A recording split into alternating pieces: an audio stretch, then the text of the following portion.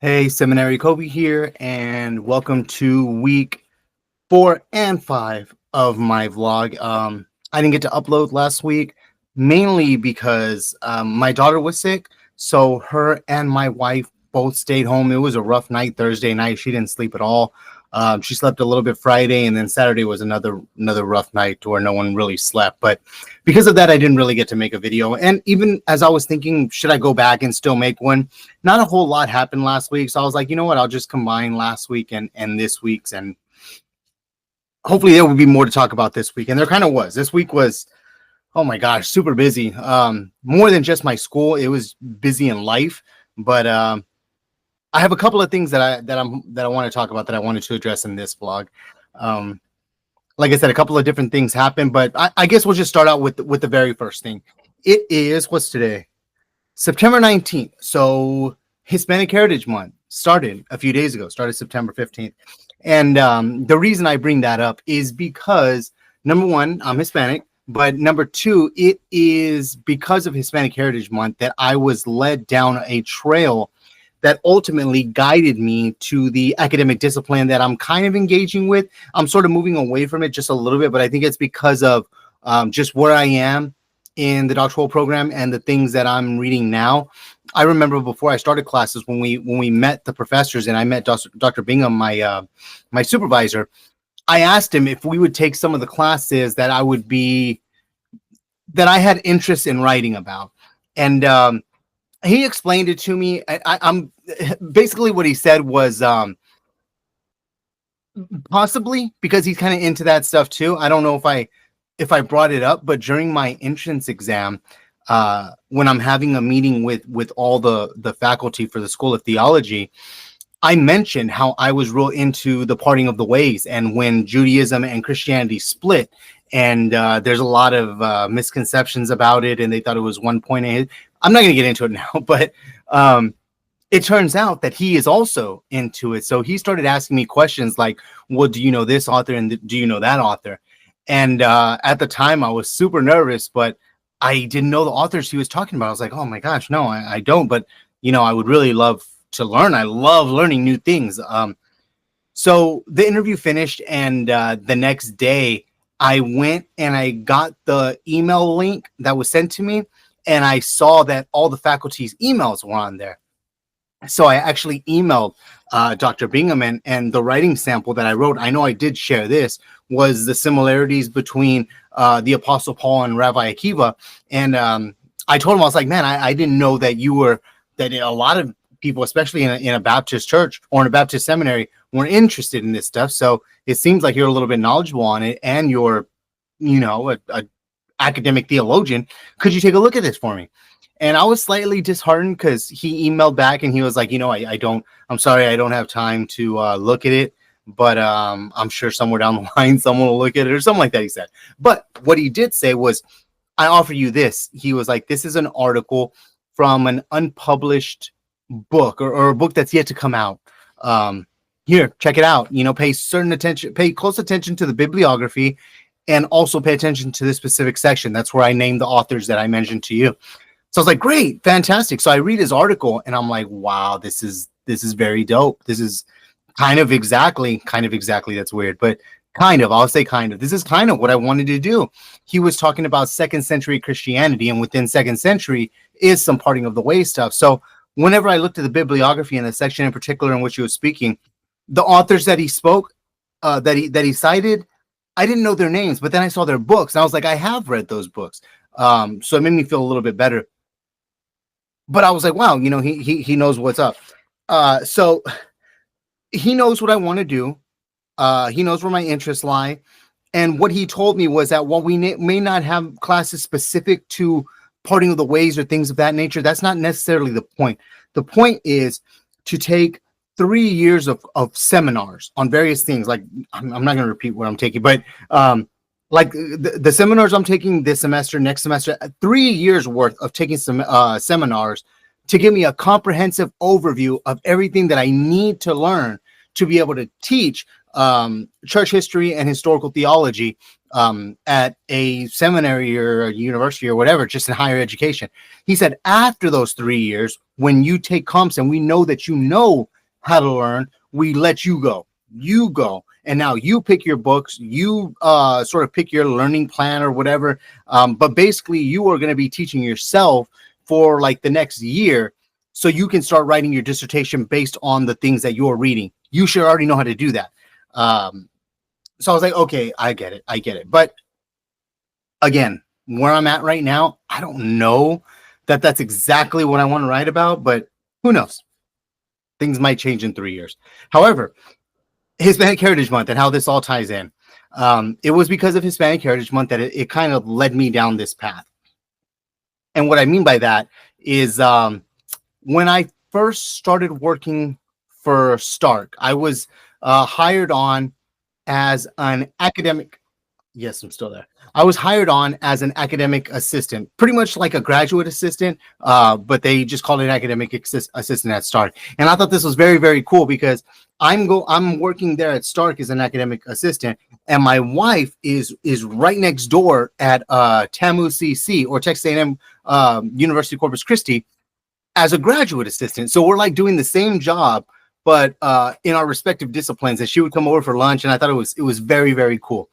And she plays a role later. And I'm not going to get into exactly everything because I was talking to my sister earlier, and she was asking me lots of questions about my family's Jewish heritage or our family's Jewish heritage. And I was like, you know what? I should make a video on that to explain, because she didn't really know what I was talking about through text. But so yeah, graduate assistant, research or academic assistant. While I'm working there, I start July. August happened, and then it's September. September 15th is Hispanic Heritage. And what they do at Stark was, well, at least for this year's Hispanic Heritage, they watched this documentary called Stolen Education. And I had never heard of it before, but I was like, okay, let's check it out. And this documentary led me to one thing, which led me to another thing, and ultimately led me to where I am now. So I just kind of wanted to give you a brief sample of what this documentary is and why it's important, because I do think it's important. There was one time when I streamed it. I borrowed it from my library, and I did sort of like a live stream, and I was talking about it to some friends, and I may do it again. I'm not sure, but I definitely think it's worth looking at. Let me see if I can share screen. Share this. Okay, so this is Stolen Education, where they have it, and it has a brief trailer on it. But essentially what happened is, why am I not on here? Hold on, let me stop sharing. All right, I'm gonna do this instead, because it didn't show my video over here when I did this. So I'm just gonna share the whole screen like I always do. There we go. Now I see this. Show my screen anyway. All right, so yeah, so they showed this video, and basically it's about this court case that took place in this town called Driscoll, which is 2 towns over from where I live. And while that sounds, maybe if you live in a bigger place, that may sound kind of far, but from here, my wife works in the next town over, and it takes her 20 minutes to get to work. So in 20 minutes, you can go from my town to the next town over, through Driscoll, and then to Robstown, where she works. So all these little cities or towns, you can call them, are super close, and they all interact with each other all the time. It's like one big community. But this happened there back in the 50s, and what happened was the school system would hold back Hispanic and Black kids in first grade for 3 years, while their white counterparts were allowed to go straight through. They thought that's just because they spoke Spanish, and because they were a little different. They thought they were dumber, and because of being held back, it forced a lot of our grandparents, Hispanic grandparents down here, to not finish school. They were discouraged, things of that nature. And it's more than that. They were punished for speaking Spanish, and it was just bad to be Mexican, which is very weird because this whole area in South Texas is very majority Hispanic. But that's what happened then. Either way, let me show you this trailer real quick, and you'll see a little bit what it's about. It's like 2 minutes. Check it out and I'll get the next things ready.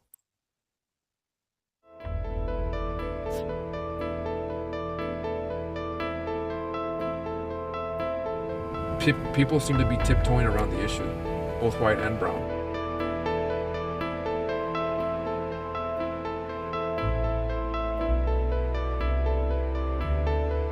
They would take from the Mexican schools to enhance the white schools.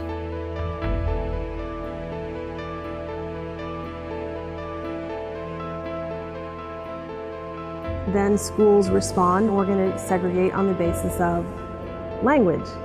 Farmers who own the land, owned the community, who were on not only the city council but on the school boards, had power and were able to make these decisions. I know my dad in business, he worked with a lot of those people and had a lot of them working for him.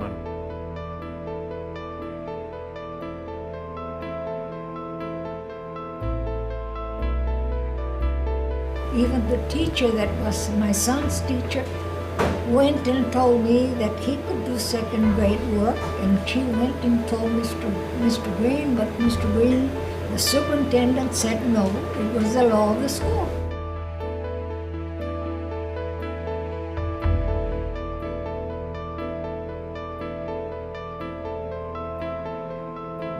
It's like unspoken histories.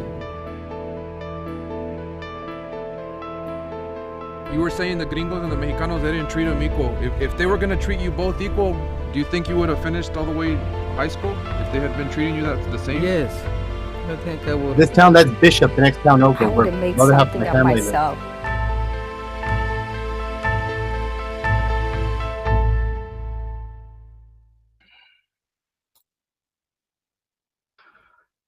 So this documentary hit me hard. It meant a lot. And my grandma was still alive the first time I saw it. So after me and Amanda saw this, I called my grandma immediately. And I was like, yo, did this happen? Because there's more stories in this documentary of the way the kids were treated. And it's horrible. And I asked my grandma, was that, you know, did y'all really get punished for speaking Spanish and doing things like that? And she was telling me, yeah, you know, and she was affected by it too, because of the conditions and how they were treated at the time. A lot of them didn't finish school. So it put them at a disadvantage for those that came after them. That's another reason education is such a big deal for me, because I know how hard it was for those that came before me to get an education. I think it's a disservice now that I have the opportunity to get it. I think it's a disservice to not get the education because of what they went through. But as you can tell, it's a big deal to me. Anyways, this led me. So this was what happened for Hispanic Heritage Month, and we had a meeting, and I was part of this. I forgot the name of the. You know how like you're in church and you're part of like the budget committee and the new ministries committee. Well, at Stark we had a committee for celebrating diversity, and so it was Hispanic Heritage, and we were talking about this. And around this same time, a little bit before this, maybe about a year before this. Yeah, we got to go back a lot. It was about a year or so before this when I had gotten whiffs of this dissertation that I had been trying to get my hands on, but I wasn't part of the school system to be able to get it yet. I was doing research into my own family, and I had come to find that there was a possibility of Jewish heritage back from Spain. Sephardic Jews came down through the Inquisition, all that stuff. I had found out that there was this dissertation called Chicano Jews in South Texas that I was trying to get my hands on, but I could not find it anywhere. At the time, I was only, oh my gosh, I think I had just finished my bachelor's degree. So I wasn't an academic at the time. You know what I mean? I was just trying to get my first degree. When I started working for Stargis, when I started, is that when I started on my first master's? I think that's when I started on my first master's. So I was barely getting into the hang of things as being an academic. And I learned about interlibrary loans. That's a thing where if you don't know, an interlibrary loan is if you find a book or a dissertation or some kind of resource in a library that's not yours, you can ask the librarian at your university or your seminary, if it's a connected seminary like that, if they can get that book and ship it over to you. Now, when I started working as an academic assistant, that was one of the first things I did. I asked Professor Nichols, our theological librarian, I was like, and I also want to emphasize theological librarian. She's not a normal librarian. She's a theological librarian. Why I got to emphasize that is there was one time someone made fun of librarians and they called me a librarian. And I was like, I'm not even worthy of that title because number one, you need a master's in library sciences to be a normal librarian. And then to be a theological librarian, you also need an MDiv. So that's like, there's a master's of arts and ministry, which is one master's. I have that. Then you have a master's of divinity, which is like another master's degree. I have that. And then to be a theological librarian, you also need a master's in library sciences. So that's 1, 2, 3 master's degrees to be a theological librarian. So Professor Nichols is a theological librarian. She's better than your librarian. Anyways, I asked her, I was like, can you get your hands on this dissertation for me? And she found a couple of places that had it. There were 5 universities that had this dissertation. And one of them was UTRGV. UTRGV. No, UTSA, UTRGV. I don't know. It's a university that is down in the valley, right? Down in the valley. She was like, I can't get it. But if you know somebody that works at a Texas A&M type of university, they can get it for you. And immediately I thought of Amanda. She's working as a graduate assistant for her professor, and she's in charge of getting all this research stuff together. I was like, I wonder if she can get me this dissertation. And she did. She got me this dissertation, and I knew how rare it was and that I was eventually going to have to give it back. There even came a point where I was like, I'm just going to keep this, you know? I'm just not going to give it back. But my wife is like, she's a real square, right? She's not going to put up with any of that rule breaking. So she was like, no, we got to give it back. Don't be dumb. So I was like, man, okay. So what I did was I actually went through, let me minimize, is it on this one? No. Okay. Let me minimize this one. Share this. I actually went through and I took pictures of the entire dissertation. I took pictures of the entire dissertation. It's called Chicano Jews in South Texas by Carlos Laurelde, 1978. I was so happy when I got this. If you know me, I get super happy when I receive a normal book.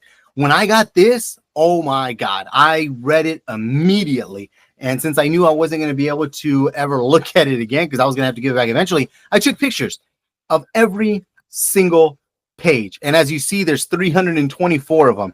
And I eventually made it into this sort of a PDF. So now I have it as like an ebook on my phone and I look at it from time to time.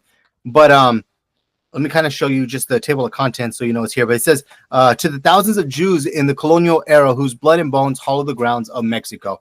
And you can see in the table of contents, a heritage of oppression, where it talks about the heart of Texas and the Holocaust 1 and 2, the Catholic Church and the Chicano, or in the Judaic Society, the Most Holy Inquisition. It really gets into how the Sephardic Jews that were from Spain they escaped the Inquisition and came to the New World or Mexico. And when they got to Mexico, they still had to face some more types of Inquisition. So they had to still be Jews in secrecy.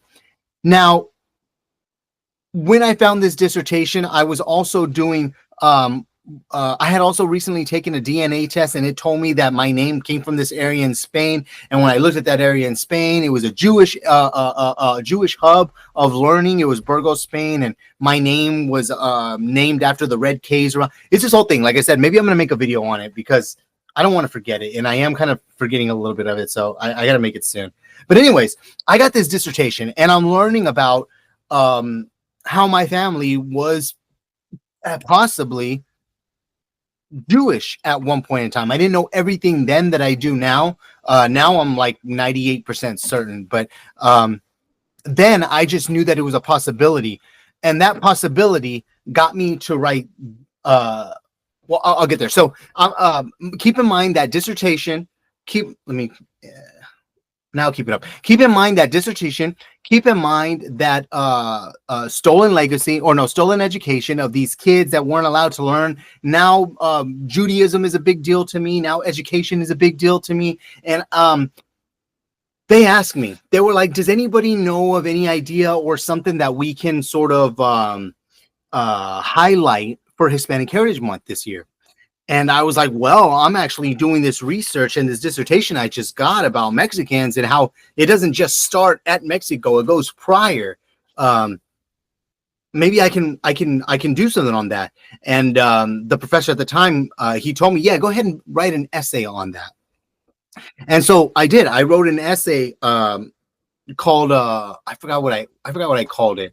Conversos, the Hispanic heritage of Converso Jews or something like that. But basically, I wrote about how while I want to and do celebrate Hispanic Heritage Month, I cannot just start with Mexico till today. To truly be to fully appreciate my ancestors, my Hispanic ancestors, I have to go back to the beginning, because Hispanic was Hispania, talking about Spain. So I got to take it all the way back to Spain to fully appreciate the entirety of my Hispanic culture. So in that essay, I showed how they were trying to stifle Hispanic heritage all the way back from Spain. They stifled the Sephardic heritage of the Jews. When we got to Mexico, they continued to try to erase Jewish heritage. When we finally escaped Mexico and got to South Texas, now the most people don't even know they're Jewish. They're just Mexican. And even at that, they're trying to hold you back by this court case in Driscoll, and how they weren't allowing kids to really excel and forcing them to take first grade 3 times. So I wrote an essay on all this, right? And they said they were going to put it in the newsletter and all this stuff, but nothing ever came of it. I wrote this article and I was kind of proud of it, but it just sat in the back burner for years. It was just there until one day, a couple of years went by when I wanted to look back into this dissertation, because I was finding out more stuff about my Jewish ancestors in particular. Like, I'm getting names, and I'm getting Inquisition logs, and I'm getting this paperwork that says that one member in particular of my family was given this status of what's called limpieza de sangre, or clean blood, which allowed them to not be killed in Spain and afforded them the right to travel to Mexico. I'm finding all this stuff. So I wanted to go back and reread this dissertation. Now, all I had was a bunch of pictures, right? And I was like, man, I got to really put this together in a PDF format, so that way I have this book. So I did that, and I have this nice ebook now, which is awesome. But my wife, like I said, is very square. And she was like, you can't do that. Copyright laws, blah, blah, blah. Right. So I was like, man, come on now. She was like, at least reach out to the professor or to the guy, Dr. Carlos Lauderde. And I was like, man, he's not even, this is 1978. I don't think he's even going to be alive anymore, but I'll try. And I started searching Dr. Lauderde, and I eventually got a hit. I found his email. And I was like, man, why not? I remember exactly where I was when I wrote the email. And I remember exactly where I was when I got a notification. I looked at my phone, and it was an email back from him. I was like, oh my gosh. The way I got that email from Dr. Bingham telling me I did a good job in seminar is how I felt when I got an email back from this man. So I actually sent him an email. I was like, look, I hope you're doing fine. I wanted to let you know how much of an impact your dissertation made on my life. I love it. I read it often, but I actually made photocopies of it and made my own PDF because I can't get my hands on the dissertation ever again. I had to give it back. My wife wanted me to check in and make sure it was okay that I did that. And he was happy. I'm still new to the academic game. I didn't know that people were actually happy if you steal it and use it and distribute it to the world for free, as long as someone is reading your dissertation, because more than likely only you, your spouse, and the 3 people on your dissertation board are going to be the ones to read your dissertation. So he was really happy. And I told him this is what I was doing. He was like, yeah, photocopy it, make that PDF, that's great. And I've been in talks with him since, which is really cool. And he sends me some other stuff and other things he's looking into. Well, he eventually, we're talking, and he eventually talks to this other person, which I didn't know yet. And this lady emails me, And she said that she got my name from Dr. Laurelde, and that she is the editor for this magazine called the Society for Crypto-Judaic Studies. And she wanted to know if I wanted to write an article or put an article in the magazine. And I was like, yes, I would. I have an article that I've been waiting for someone to do something with for years. And she was like, great, send it over and we'll see, what it is. And, maybe we'll be able to publish it. So I was like, okay. I sent it to them and they were like, this is good. She gave me some feedback on some things that we may need to change. And she was like, it'll come out in this winter's edition. It comes out twice a year. And I was like, dude, you got to be okay. Okay. Months went by because this wasn't winter yet. And I had almost forgotten about it until one day my wife comes in after I had mowed the grass. She comes in and she was like, babe, you're not going to believe this. Look what's in the mail. And she showed me, and it was the Society for Crypto-Judaic Studies. It came in the mail. I was like, oh my gosh, is this the one that I'm supposed to be in? So I flipped through the pages, right? And before all the credits and stuff, the first article in here is your boy. I actually have PDFs of this too, so I can show you, but this is the magazine. And this is the article of mine they put in it. That's what it's called. Conversos, the Jewish origin of our Hispanic heritage. Yeah, see, I had just gotten my first master's degree. But I talk about all that and how, they were trying to, through the Inquisition, they were trying to get rid of Sephardic heritage through Mexico. They were trying to, they didn't want you to be Jew. Everything that I just told you about. I put it all in here. And there's even a little about me right here.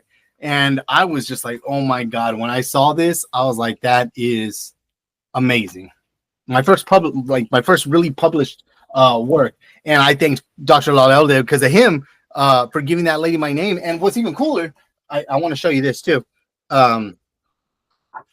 After my article, right? This is my article. On the very next page is Dr. Laurelde's article. So that, it's very cool. It's very cool. This was one of the highlights of my academic career thus far. But yeah, I just wanted to show that. And that's why I started on that's why I started going also. Not only was I getting a master's of divinity, but I started getting a master's of Jewish studies as well. I took a break for about a year because I was overwhelmed. And my work was suffering. I had just taken on new responsibilities. I'm getting my MDiv and I'm also getting a master's in Jewish studies. And I just crashed. I crashed and I burned bad. So I took a break from that. I finished my MDiv and I'm doing fine at work now. I'm now in the PhD program, as you know, and I am going. I was supposed to go back this fall, but I wanted to see how my first semester in the doctoral program would be. And while it is very, very hard, I think I can do the Jewish studies as well. So I'm going to go ahead and sign up for a class in the spring. So all that with Hispanic Heritage Month, journey from documentary, dissertation, essay, article. Like I said, I'm gonna possibly do another, maybe I don't know about live stream. I don't know what I'm gonna do, but I do want to put that information of the stolen education out there. And I also want to do a video reviewing that dissertation, Chicano Jews in South Texas, because who else is going to see it? And I think it's great information, especially if there's anybody like me who's looking into their roots and they notice some Jewish roots in there and they live down here in the area. So that's what I'm going to do. So that's some of the stuff that's been going on that I wanted to announce for Hispanic Heritage Month. Like I said, it's a big deal. It influenced how I got to where I am today. Next thing I wanted to talk about was now getting into what's happened this week. And it kind of goes along with how I want to end this video. But at church, as you know, I am leading the youth on Wednesdays. And last week, not this Wednesday, the one prior, I brought the youth a message on how our words mean more than we think they do. Once they go out, you can't get them back, right? And I explained to him how when Isaac blessed Esau instead of Jacob, Jacob goes back and he says, why can't you just, don't you have any blessings left for me? Instead of today, we were like, well, take it back. That wasn't me. That was Esau. Take that blessing back and give it to me. In the Hebraic culture, once the words go out, that's it. You know what I mean? They mean more than just the words. That's why in the New Testament, some of the apostles, they had this this understanding of how your words, even a little spark, can ignite a huge fire. And I was explaining to the kids that there's this word in Greek that Paul uses for slander, and he uses this word 37 times, right? 37 times in his writings. 3 times it means slander, but the other 34 times it means devil. Why do you think it means slander and devil so many more times? And we were talking about, you know, the similarities and what it means to slander and accuse like the devil and things like that. But when I did that, the kids started asking questions about language. What was the Bible written in? What language did Jesus speak? Things like that. So I could tell they were intrigued by this stuff. So I was like, okay, what am I going to do this week? And I thought, you know, it'd be a good opportunity, since they were so inquisitive about the language, it'd be a good opportunity to give them a brief little lesson on how we got the Bible. And so I put together a lesson for them, and it was very simplified, right? Nothing too big, just going through the inspiration of the Holy Spirit that went through the prophets or the apostles to write what they wrote. And then the scribes copied that, and now we have all these different translations of the Bible. We started out with a fun game. I still don't know the name of the game, but it went like this. I got 2 pictures, 2 identical pictures with a bunch of different images on it, like a cross. I think there's like a dove on there, some grapes, an open Bible with the verse that says John 14:6 on the other side of the cross. It actually has John 14:6 written down, just a bunch of things. So what the game was is I told 2 people, I need 2 Holy Spirits in this game. So they picked the Holy Spirits, and then I was like, all right, now I need 2 apostles. And this one little boy and this one little girl were like, I'll be the apostle. And I was like, yes, we got our first female apostle. And so I took them into a separate room, and I was like, all right, apostles, y'all sit down and don't look at the Holy Spirit. The Holy Spirit is going to describe this picture to you, and you have to draw it out to the best of your ability as the Holy Spirit describes. So I gave them a couple of minutes, and they drew it out. It was kind of funny, and you can see the differences between the 2 apostles. And after they wrote it, I took it out to the rest of the kids, which were the scribes. I put the 2, I call them original manuscripts, down in the center, and all the scribes used both of these papers, both of these pictures, to make one composite on what they think the original looked like, the actual message from the Holy Spirit. And it was just a cool way of showing them how it goes from the Holy Spirit to the prophets or apostles, to the scribes, and then we may have all these different views or messages. I did tell them that the moral was that even though humans are imperfect and we have all these different variations, we can have really good certainty that what the Holy Spirit inspired the apostles and prophets to say is what we have now. And we got into a little bit on the Dead Sea Scrolls and the languages, and the kids were eating it up. I had no idea the kids were into it as much as I was. It was so refreshing. I got to nerd out and just give them all these facts. I told them how long it took to create just even the Torah, how expensive it was, how long it took, which is like a year. And they were asking all these questions, and it was like, it was the best time. It was the best time. I didn't, as I said, I didn't know then that people had this kind of hunger for information like that. So I think from here going forward, I'm going to give them 3 weeks of like a devotional message, how I've been, with 1 week of something educational in that sense. So I can be teaching them little by little. So yeah, and it's going to come back into the story in just a little bit. But I'm going to get into a little bit now of how class has been. I was looking forward to my Trinity class, my Trinity seminar this week, because we were going to be reviewing this book. Share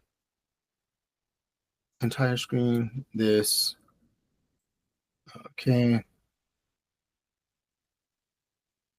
We were going to be looking at this book on classical Trinitarian. My professor, Dr. Rempel, he let me borrow his, and it's a thick book, almost 900 pages, and it's got 40 different articles by like 39 different contributors, 38 different contributors. our lesson was to, or our assignment was to read 3 articles from each of the 3 sections. And we were going to talk about it because Dr. Barrett was supposed to come to class and we were going to ask him questions and things like that. Well, he got sick, so he wasn't able to come to class. So the professor had to make a sort of impromptu lesson because he expected Dr. Barrett there. So what he did was he looked for someone who did the critical review on it. As you know, we're supposed to do 6 critical reviews by the end of the semester. You can do the first 6, the last 6, spread it out, whatever. I actually did a critical review on this one because I liked it so much, but I didn't turn it in until 5 that morning. So he didn't see mine. I guess the other guy had it done prior to. So the improvised lesson was this student was reading his critical review and we were talking through certain chapters. And the professor, Dr. Yarnell, was asking, did anybody read this chapter? Did anybody read this chapter? Because you could pick any of the 40, 9 out of the 40. So, we all picked different ones. And you can tell, man, like the guy who gave the critical review, you can tell he read it. He did the critical review. Whenever they asked if you read a chapter that he didn't do a critical review on, crickets. No one was saying anything. I like I said, I read my 9, but some of them, like he read chapter 1 and 2. I also read 1 and 2. We went, did anybody read 3? Nope. Did anybody read 4? Nope. Did anybody read 5? Nope. Did anybody read 6? Nope. Then it got to chapter 7. Did anyone read chapter 7? I was like, I did. I read it on the chapter alone, or on the title alone.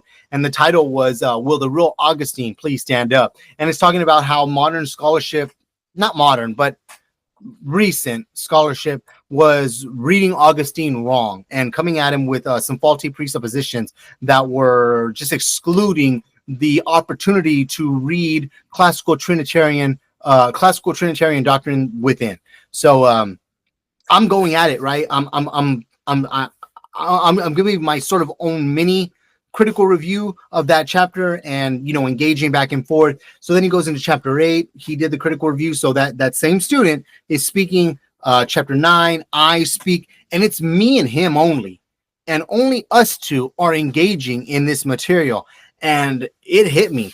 I don't think anybody else read this book, which really freaked me out because I know at the bachelor's level, there were a lot of students that, I didn't ask them, but I can kind of tell that maybe not everybody did the readings. I would expect that they read, just not in depth, to be able to have an intellectual conversation about it.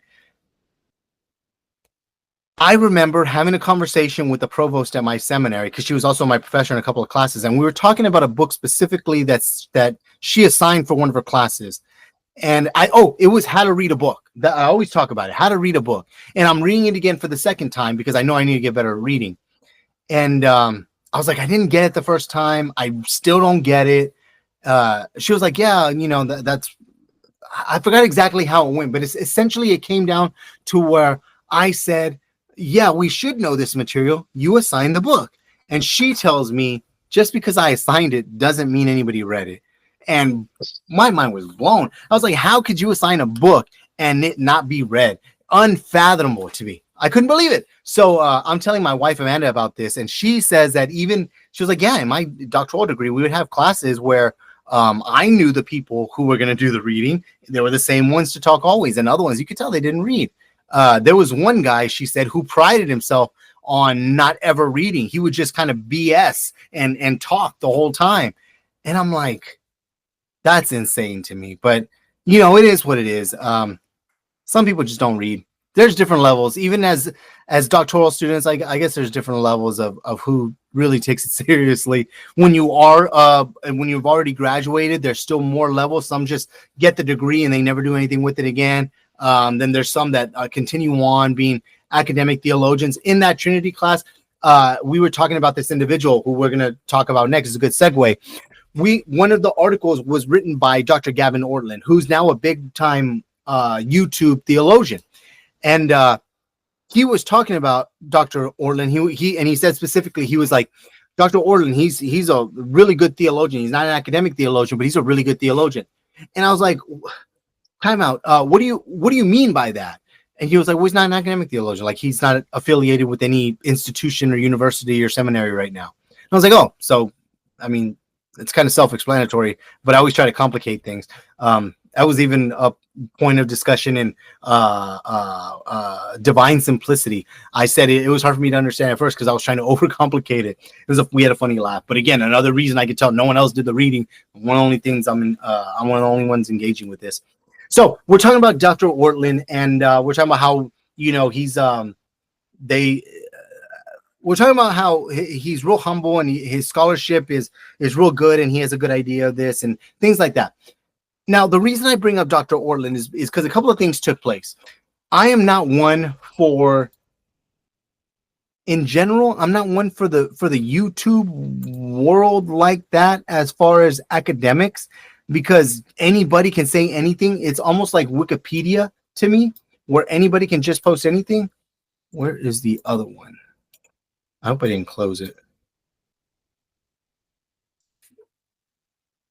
I'm gonna have to open another one real quick. I think I might have closed it instead of minimized it. Let me go to folders. So yeah, we're talking in the YouTube world. There's a whole bunch of YouTube apologists and things like that, and it's not really my bag. I even made videos one time trying to refute all the YouTube apologetics, and in doing so I eventually felt like a hypocrite, because in trying to be an anti-apologist I was still being an apologist, but for academics, and none of it sat right with me, so I kind of gave that up as well. But something happened just a few days ago where Dr. Ortlund, who's very big on YouTube, he addressed a particular situation, and now I can share it because I got it. Share. There is a YouTube apologist, Protestant apologist, who left Protestantism and is now Eastern Orthodox. And Gavin Ortlund addresses this. And to me, I was like, dude, it's not a big deal. Even one of my friends in the back chat that I have said, what is the big deal? Like, they're still Christians. They're just going from Protestantism to Eastern Orthodox. And I was like, I agree 100%. But everybody gets up in arms about, you know, if you're RCC or Roman Catholic or Eastern Orthodox, Protestant, whatever. I think it's much ado. But he did a video on it. And this video, I'm going to come back to it in a minute. But we were talking about that. And I thought it was interesting because he talked to this guy who left Protestantism for Eastern Orthodoxy. And he also spoke with Dr. Barrett, who was supposed to come to class, who left Baptist to be Anglican, I believe. So it's just interesting that he interviewed both of them. He knows both of them.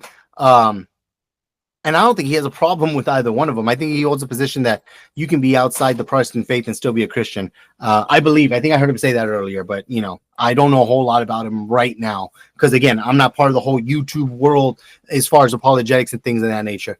But in this video specifically, he said something that I think is a big deal. And I got to hurry up because I got to go pick up my son from school. But let me show you this, say one more thing, and then I'm out of here. So let me open up this part, go here. And I think I have it at 1.5 speed. I hardly listen to things at normal speed. I'll go to 1.25. And just listen to this. I'll stop it when appropriate. I'll say so, but a lot of that is unfair. The reality is, what I'm saying in that initial video is completely standard, uncontroversial, and somewhat assumed in the main, in the big picture, in the scholarship. And I just give examples of this, but people have never heard this before. I want to stop right there. So I've heard this a number of times over, and someone said that what is absolutely normal and uncontroversial in the world of academics is like the biggest deal in the pews or on YouTube or to the general public. And what is just, oh my God, or what's not a big deal to the general public is like an, oh my God, big deal to the academics. So it's kind of reversed. But I found that to be an interesting point that he brought it up as well. Continue. Don't take my word for it. Take Richard Price's, who translated the Acts of Nicaea to. You can read on the screen his opinion. But if I say that, then it becomes this big thing. And what I'm observing is something is totally normal in the scholarship, but it's like we've got so much work to do. And I think the same is true in the other direction in the YouTube space. Yeah. And what I'm saying is, how about more of the scholars help us out on YouTube? That's sort of what I've tried to do. That's kind of why I felt compelled, is I feel like it's a missionary impulse of trying to meet needs, but we need more people doing this. Now, there are some great Protestant voices on YouTube. I always state my admiration for Dr. Jordan Cooper. He's a great person and a great scholar. He's doing great work. Ryan Reeves has a great channel doing church history videos. There's some younger Protestant apologists who are really specifically doing Protestant apologists who do great work, like Sean Luke from Anglican Aesthetics and Javier Perdomo. Check out their channels. Forgive me if I'm not mentioning others. There are others as well. And I want to support some of these up and coming ones as well. But I also think there's a place, so I take a both and approach. I don't think you have to be a scholar or pastor to have a YouTube channel, but I think we need to hear more from them. And I guess if I can just be blunt, I would love to just encourage less disconnect here, more of the people who have academic credentials and ministry experience to help us out, because the reality is there's tremendous hunger and anxiety and need at the popular level, and it's working out online. I know it can sound crazy, but I actually think we need more experts speaking into the online space. I put this out on X last night. Never thought I'd tweet this, but I kind of believe this. I'm curious if you agree. I said, if you are an ordained minister or credentialed academic and concerned about the disproportionate influence that social media influencers are having, one plea I can make is speak up. The simple fact is that the spiritual hunger and anxiety is so desperate right now that if people don't find good teachers or mentors, they will learn from bad ones. For better or for worse, social media is shaping people. And I just talk about the hunger for spiritual fathers, for theological mentors right now, and just that hunger is so real. Oh yeah, I think we got the gist of that there. And like I said, the reason I wanted to bring this up is because of I noticed it with the youth on Wednesday. The hunger is real. Like they want to stop presenting. They want to be given this information. They're looking for it. Who are you going to get it from? And like I said earlier, I don't like information that you get online or on YouTube, because anybody can go on and make a YouTube channel. But that's almost hypocritical, because while I'm not a doctor, I am kind of credentialed. I have a bachelor's, 2 masters in theology. I'm getting the Master of Jewish Study, and I'm a student in church history and historical theology. Like, I may not know everything. I know I don't know everything. Like I said, being around all these giants, it's made me so humble to where I don't even want to speak up on certain things, because not only do I acknowledge the nuance, I value the nuance. I love how it's not so easy to pick one view over another, because there's a lot of factors involved. And I think the truth lies within that nuance. And I appreciate that more than anything. That's why I hate apologists and apologetics, because they don't care about nuance, and it's all about one way. They will even skew facts just to get you to believe what more than likely you already believe, which just so happens to be the same thing they believe. So I didn't want to do any of the YouTube apologetics, and I still don't want to, but I do know there is a hunger. I saw it in the youth. I know a lot of my friends ask a lot of these questions. And one more thing on what's up. So there was in my Luther seminar, Dr. Bingham said something that kind of stuck with me, and it ties all this together. And like I said, I feel like God speaks to me through all of this stuff, right? In all my interactions, especially my academic study, and I've gone through that already. But he said, quote, almost quote, I tried my best to write everything down, but he said, professional theologians read the primary materials of the stuff that has been popularized by modern culture and give it back to the people rightly. Even now, I've seen stuff that even I believed about, let's say someone like Martin Luther, and I've read so much on him now that I know it to be false. For example, I think I told the story on here too, that me and some of my friends used to say that, man, this whole Protestantism, and I'm a Protestant, but this Protestantism thing, like, we base it off of this guy who got a revelation from Romans while he was on the toilet. You know what I mean? Like, we used to say that all the time. Like, he did some Elvis Presley stuff, and that's, oh my God, the justification by faith alone. How did I not know? It turns out that's not necessarily so. After doing all this reading, when it says that he was on the toilet, he was actually up on the higher tower while the bathroom was down here. It didn't mean that he was actually he was actually pooping. That's not what it meant at the time when they used that type of words. I forgot the actual word itself, but it meant something similar to how we would say, man, I was down in the dumps. When he was down in the dumps, this revelation, and it wasn't even a revelation. There's a big story about that too. But to simplify it, it was while he was down in the dumps that he had this sort of epiphany on justification by faith alone apart from works. And there's a lot of that, even within Martin Luther. And I'm only saying Martin Luther because I just so happen to be reading on him right now. And I see a lot of things that a lot of people believe about him that aren't necessarily so. This whole sola scriptura thing. And I used to say, we don't even hold to the same scriptura that Martin Luther would have been sola to. That's the wrong thing to say. While it may be true, there's a greater picture involved, like the context of why he had to say it. Once you understand the context of a lot of these statements of church fathers and councils, and you get the nuance of what was going on, it makes a lot more sense. And you don't have to be so dogmatic and cherry pick quotes to help further your own position or your own point. So all that to say this, the youth showed me that there is a hunger, right?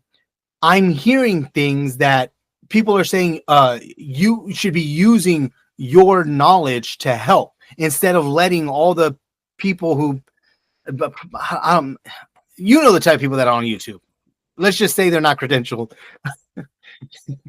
but you know, you have some credentials. You can't just talk bad about these people and not do anything about it.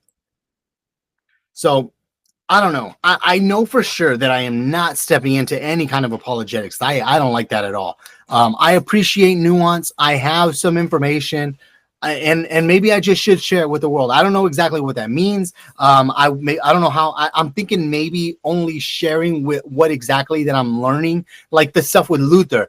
Maybe I can make a video on how he wasn't really on the toilet when he discovered this, or how it wasn't even a divine revelation that caused him to believe in justification by faith. What sola scriptura really meant to him. What he thought about praying to the saints and all this stuff, because I do know this stuff. His cultural I know more about Luther right now than most people you'll talk to, just because that's where I'm at right now. And the same holds true for the Trinity, and I think it's going to be like that all through my seminars, just because of the amount of reading that is required of us.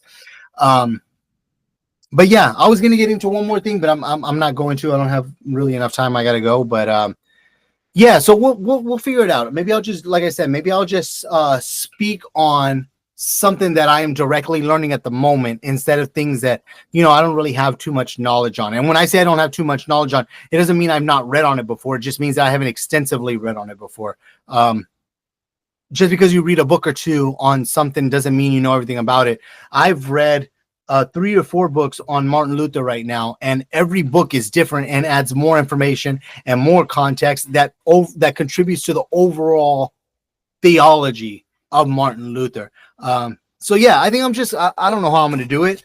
I'm so pressed for time. I don't know, but God's talking and I have to be obedient. So we'll see what that entails. But for now, that's going to be all. I got to go pick up my son from school. That's what's been going on with me for week 4 and week 5. I do realize last second that whenever I share full screen, it may not share sound. So I'm hoping the microphone picked it up. If not, I'll try to edit it in later somehow.